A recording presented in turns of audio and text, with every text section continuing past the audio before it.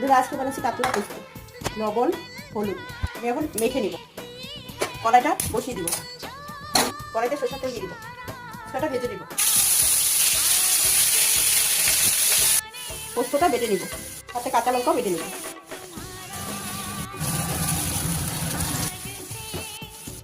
কালো জিরে, পেঁয়াজ কুচানো, টমেটো কুচি,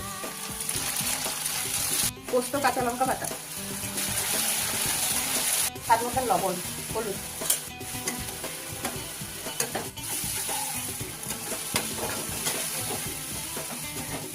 মাছ পেটা দিয়ে দিচ্ছি।